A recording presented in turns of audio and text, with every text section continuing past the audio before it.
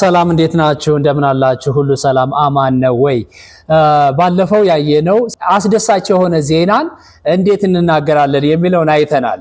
ጉድ ኒውስ እንዴት መናገር እንዳለብን አይተናል። ዛሬ ደግሞ መቼም እንደሚታወቀው ደስታና መከራ፣ ችግር እና መልካም ነገር ጎን ለጎን ሁሉ ጊዜም የሰው ልጅ እስካለ ድረስ አብረው ነው የሚሄዱና እንዴት ባለ መልኩ ባድ ኒውስን መግለጽ እንችላለን የሚለውን እናያለን ዛሬ። Bad news. I am afraid. I have some bad news for you. Your grandpa has passed away. Your grandpa has passed away. ፈራሁኝ መጥፎ ዜና ይዤ መጥቻለሁ። ፈራሁኝ አያትህ አርፈዋል ማለት ከፈለግን ምን እንላለን? I am afraid. I have bad news for you. Your grandpa has passed away. I am sorry. I have got a bit of bad news for you. She has car accident. ምን ማለት ነው?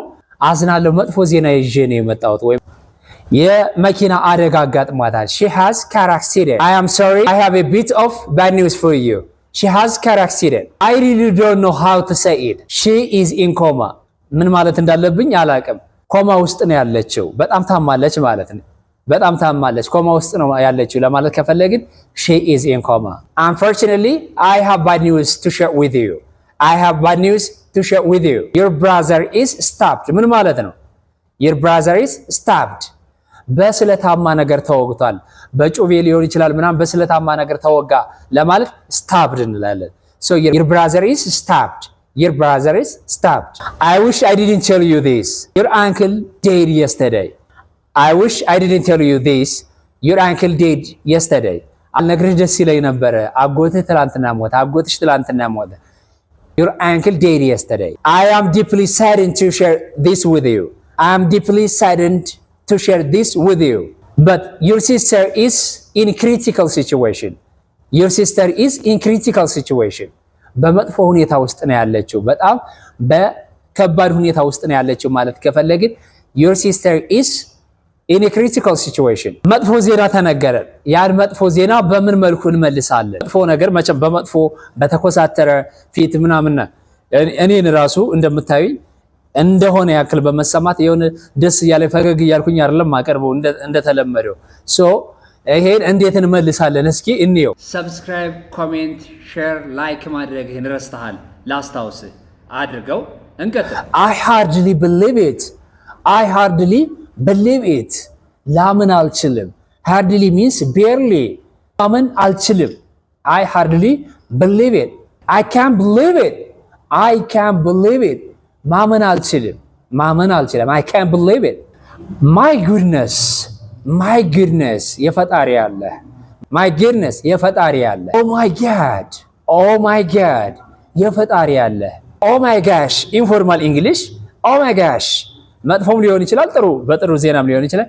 Oh my gosh የፈጣሪ ያለ for heaven's sake በፈጣሪ ስም በእግዚአብሔር ስም ማለት ከፈለግን for heaven's sake for heaven's sake you don't mean it አትለኝም you don't mean it አትለኝም you don't tell me አትለኝም እንደዚህ እያልን መግለጽ እንችላለን። እጅግ በጣም አመሰግናለሁ እስከ መጨረሻው ስለተከታተላችሁን። እንደተለመደው ላይክ እና ሼር ሰብስክራይብ ማድረጋችሁ አይለያችሁ። ሁሉ ጊዜም ቢሆን አዳዲስ ነገሮችን በተለያዩ ርዕሰ ጉዳዮች የተለያዩ ማህበራዊ የሆኑ ኤክስፕሬሽን ማህበራዊ የሆኑ ቃላት ይዘን እንቀርባለን። ይሄን ቻናል መከተል ማለት እኛ ፌቨር ማድረግ ብቻ ሳይሆን ለእናንተም ተጠቃሚ እንደሆናችሁ በማሰብ ሁሌም ሼር ላይክ ሰብስክራይብ ማድረጋችሁን ለያችሁ እናመሰግናለን። I was Qidus with Grace English. Thank you. Have a nice one. Goodbye.